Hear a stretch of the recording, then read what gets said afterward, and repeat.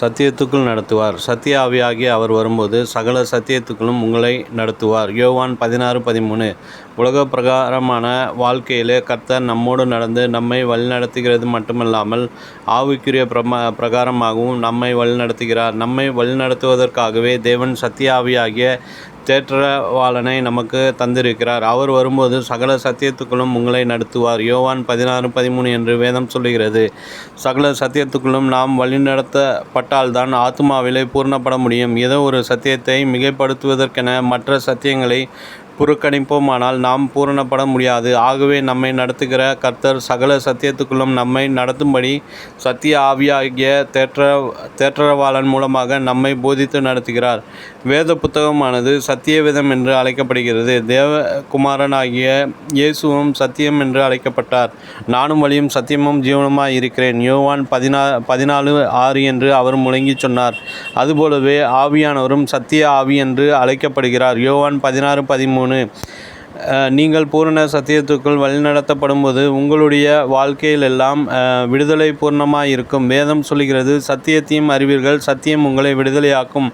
யோவான் 8:32. இந்திய தேசம் சுதந்திரம் பெற்றபோது தேசத்தின் முழக்கமாக எந்த வார்த்தையை தேர்ந்தெடுக்கலாம் என்று தேச தலைவர்கள் ஆலோசனை செய்தார்கள். முடிவிலே சத்தியமேவ ஜெயதே என்ற வார்த்தையை தேர்ந்தெடுத்தார்கள். சத்தியம்தான் ஜெயம் என்றும், உலகத்தில் ஆயிரக்கணக்கான மதங்களும் மார்க்கங்களும் இருந்தாலும் சத்தியம்தான் ஜெயம் பெறும் என்பதே அந்த அர்த்தம். வேதத்தின்படி பார்த்தால் சத்தியமான இயேசு கிறிஸ்து தான் ஜெயம் பெறுவார்.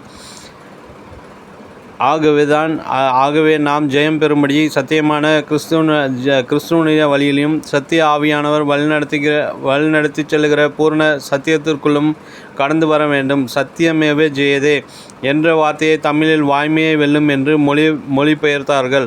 வாய்மை என்ற வார்த்தைக்கு உண்மை என்பது அர்த்தம். நம்முடைய வாழ்க்கையிலே உண்மை அவசியம் தேவை. கொஞ்சத்தில் நாம் உண்மையுள்ளவர்களாக இருந்தால் அநேகத்தில் மேல் அதிகாரியாக நம்மை கர்த்தர் வைத்தருளுவார்.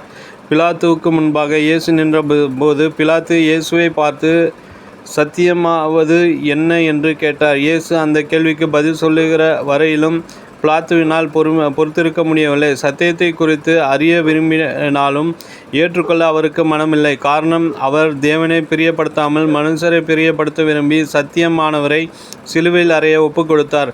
இன்றைக்கும் அநேகர் சத்தியத்தை சிலுவையில் அறைந்து விடுகிறார்கள். தேவப்பிள்ளைகளே, நீங்கள் சத்தியத்திற்காக வைராக்கியமாக நின்றால் சத்தியம் உங்களுக்காக வைராக்கியமாக நிற்கும். நினைவுக்கு நியாயப்பிரமாணம் மோசையின் மூலமாக கொடுக்கப்பட்டது. கிருபையும் சத்தியமும் இயேசு கிறிஸ்துவின் மூலமாய் உண்டாயின. யோவான் 1:17.